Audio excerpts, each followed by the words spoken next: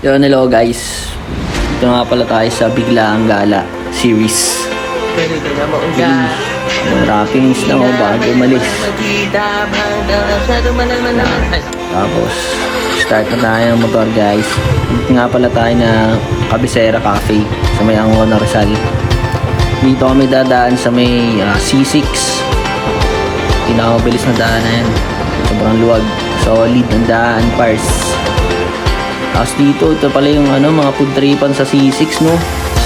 Dami. Quality. Mga try nga minsan dyan.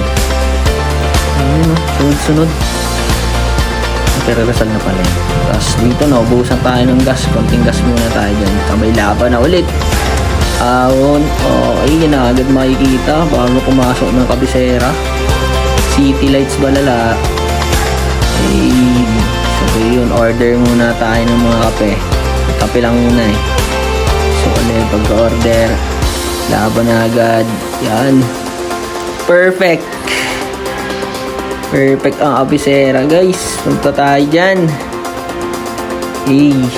Tapos yan na. Dumating na yung order namin. Lipetan ng mga views. Mga tao. Pipicturan.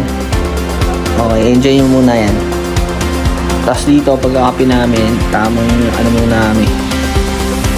Gala-gala sa loob. Ganda oh. Lupitan. Cabecera Cafe. Solid nga pala yung mga nila, kape. Sarap. Tapos yung mga pagkain din. Yung makikita natin sa loob, puro tasa. Kasi yung mga coffee lovers. Vloggers muna tayo guys. Share up guys.